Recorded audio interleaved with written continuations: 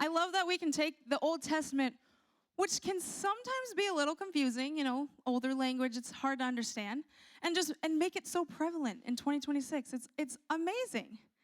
So we are already 4 weeks into the series, which is also crazy. And tonight we're going to be focusing on the fourth commandment about the Sabbath, which I'm so excited about. If you have missed any messages from the series or in general, you can always find them on our YouTube channel. Did you guys know that? We got a YouTube channel. It's amazing. At True North Youth, you can find us. Good. That's awesome, Xander. All right. Well, before we dive into this commandment, I feel like you need to know the context of this command and just how insane, how crazy it would have sounded to the Israelites back in the day. Like, I don't know. The cultures around Israel, they never rested. I mean, like, what is rest? They didn't know. I mean, the slaves didn't rest, farmers didn't rest, kings didn't rest. I mean, not even their animals rested. And so rest wasn't seen as something that's spiritual. It was seen as inefficient. And so when God commands all men, women, children, kings, and animals to rest, it was weird. It was crazy. It was whack. It was subversive. And that word subversive, it means working beneath the surface and kind of challenging the authority of the day. And God didn't want Israel just to have a new spiritual rhythm. Like, that wasn't the goal. He actually wanted to change the way that they lived their lives entirely. Like, it wasn't just like, okay, if you have a few hours, just take a nap, Like, he literally wanted to implement a whole new part into their lives. And most people miss this, but the word Sabbath, it doesn't mean relax. It doesn't mean recharge. It doesn't even mean self-care. The Hebrew word for Sabbath is actually Shabbat. And that word Shabbat, it means to stop. Not slow down, not try and catch up, but to stop completely. And so the Sabbath is not just an invitation to rest when you have time, when it's convenient. But God is commanding Israel to cease completely. Why? Because slaves didn't get to stop. Only free people do. And our God who is so good, he knows that if Israel never learns to stop, that they're going to rebuild Egypt. But this time not with slavery, no, they're going to rebuild it with schedules. And that is why Sabbath matters. That's why this commandment is so, so important. That's why Moses puts it here. Because a lot of us, we don't actually struggle with belief, but we struggle to stop. I mean, stopping it feels irresponsible. It feels lazy. Stopping feels like we're falling behind. And our world, I mean, it never shuts off. It feels like things are moving constantly. I mean,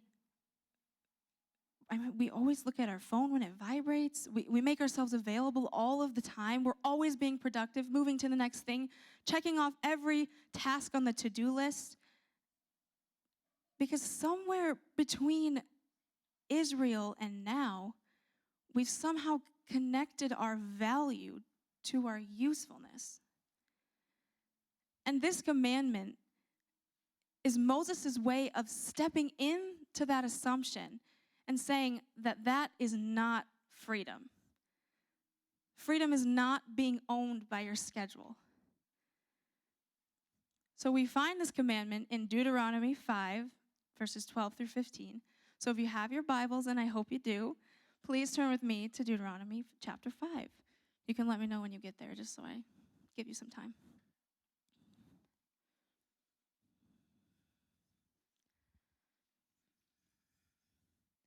We there? Mostly? Okay. It says, observe the Sabbath day by keeping it holy. as the Lord your God has commanded you. 6 days you shall labor and do all your work. But the seventh day is a Sabbath to the Lord your God.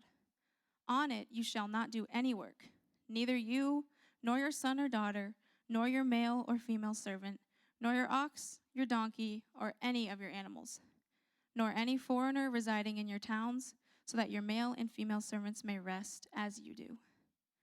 Remember that you were slaves in Egypt, and the Lord your God brought you out of there with a mighty hand and an outstretched arm. Therefore, the Lord your God has commanded you to observe the Sabbath day. This commandment is different from the commandments that we've learned about so far, and a little bit different from the commandments we're going to learn about. I mean, most of the commandments, they point forward. They're actions that you can take moving forward. But this commandment, it actually points backwards. It says, remember. So Moses ties the Sabbath directly to the Israelites' time in Egypt. When the Israelites were slaves in Egypt, they got no days off. They didn't get to control their time. They were only valuable for what they produced, how good they were, what they could do, not who they are, and not whose they are. So God commands the Sabbath now, not as a religious ritual or a rule, but actually as a way for them to practice their newfound freedom, for them to practice what he brought them out of. But the Sabbath doesn't just reveal that. It also reveals something about God. If you guys remember in the creation story, all the way back in Genesis, God forms the entire world and everything in it in 6 days. He forms the light, the land, the oceans, the animals. He forms humanity. But then on that seventh day, what did he do? He rested, yeah. Not because he was tired. I mean, he's God, not because he ran out of strength, not because he needed a break. I mean, he's literally God. Like, he created the whole world, and he chose to have a day to rest. And a rest was God's way of saying that the work, it's not the point. The work is not the point. And when God commands Israel to stop, he's actually teaching them something about themselves. He's teaching them that you are not defined by what you produce. You are defined by who made you. And Sabbath is not simply just inactivity. It's not just stop doing things. It's actually identity protection. Sabbath is identity protection. And it reminds Israel that they don't have to live like machines anymore. It reminds us that you are human before you are useful. Now, the slavery that the Israelites lived in, it dehumanized them, which is exactly why God rescued them. I mean, the slavery had taught them and trained them to believe that rest was unsafe. It trained them to believe that stopping and taking a break was dangerous, that worth is always earned, that identity only comes from what you produce. So when God gives the Sabbath, he's not trying to take something from them. He's actually showing them how to live in their freedom. He's showing them what true freedom looks like. And he's teaching them how to live like free people. And I get it. I mean, today we don't exactly live under Pharaoh. It's not the same. But we do live under pressure. I mean, there is pressure to respond. There's pressure to do more, to be better, to do better, to keep up, to fit in, to be relevant. I mean, we meet every need and complete every task, and we shame ourselves if our to-do list isn't fully checked off, or if we don't get everything done on time. And we just let it slide. Like, it's become so normalized in our world that we're just like, this is how life is, you know? I'm just busy. I'll rest next month. I'll take a day off next month. But I think Moses would say that kind of sounds like Egypt. that kind of sounds like slavery. Because anything that is refusing to let you rest is trying to own you. I mean, anything that is refusing to let you rest is trying to own you. And I think the beautiful thing about Jesus is that he knows. He steps into that and he knows how exhausted you are. He knows the pressure that you feel and the weight that you're carrying. Which is why he says in Matthew 11, he says, "Come to me, all you who are weary and burdened, and I will give you rest." Jesus isn't saying do more. He's not saying be more. He's not saying try harder. He's not saying be more disciplined.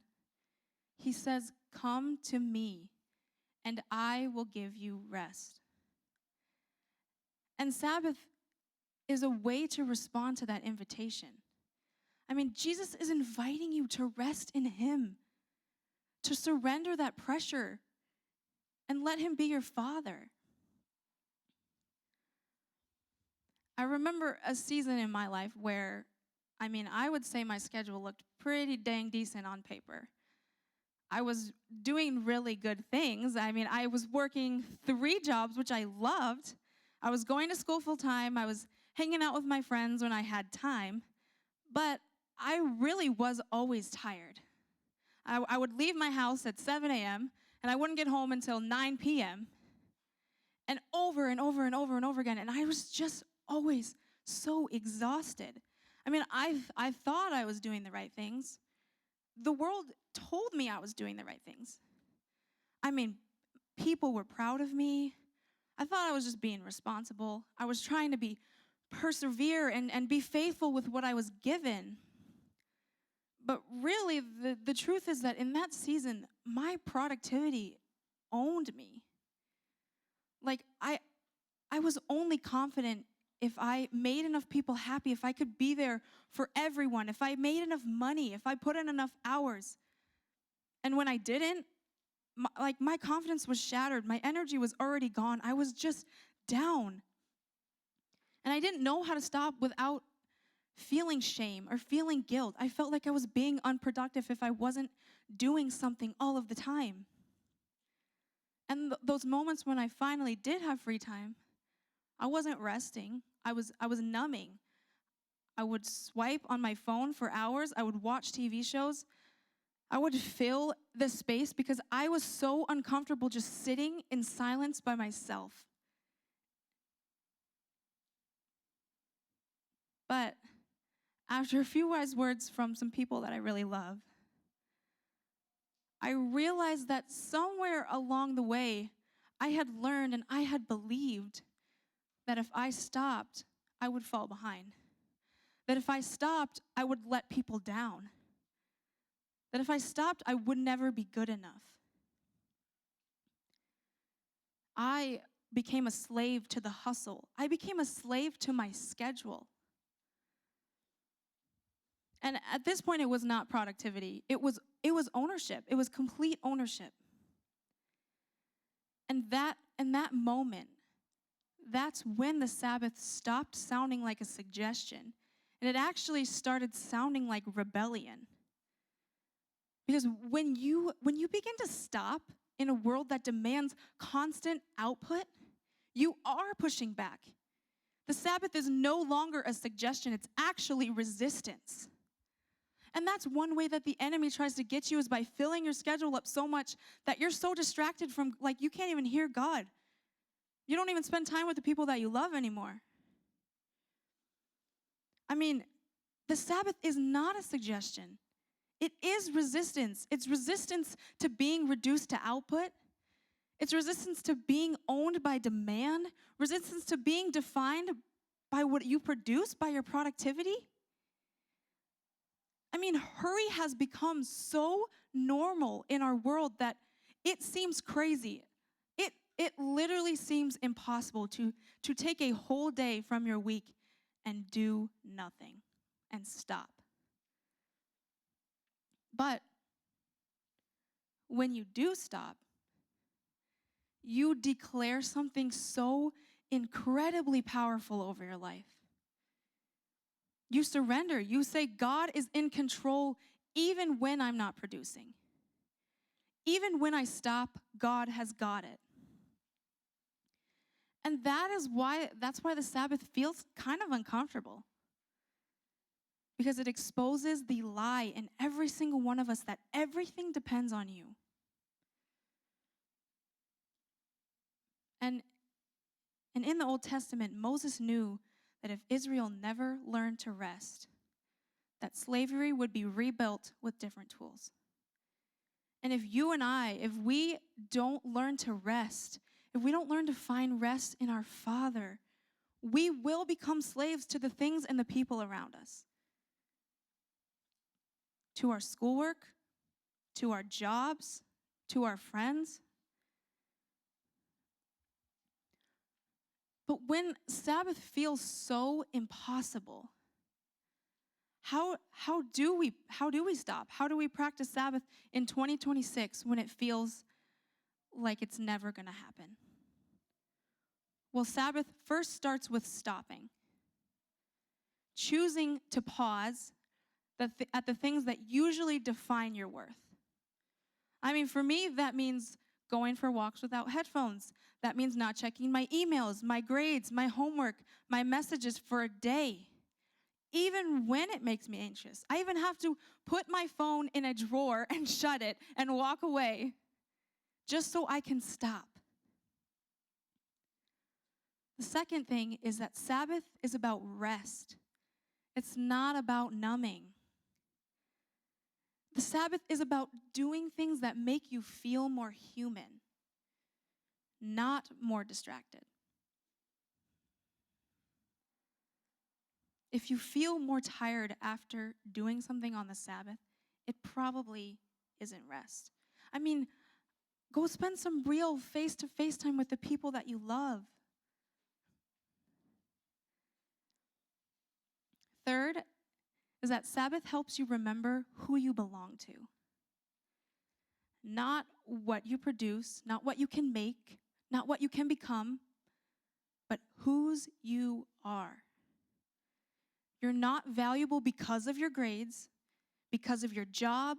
You're not valuable because of how busy you look. You are valuable because you belong to the Father, even when you're not producing anything. You have value, the most value, because you belong to the Father, even when you're not doing anything. And the last thing is that Sabbath grows with practice.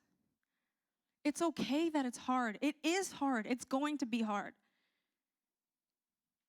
You can start small if you need to. I mean, you're not going to get it perfect, but it's really not about that. It's about intentionally stopping and letting go and resting in Jesus. And the ancient way, what this series is all about, the ancient way is not constant productivity. It's learning to live as a human and not a machine. The ancient way is trusting God over striving. It's being present without feeling so much pressure. It's rest over reputation. Sabbath is exactly how God reminds us that you are not owned.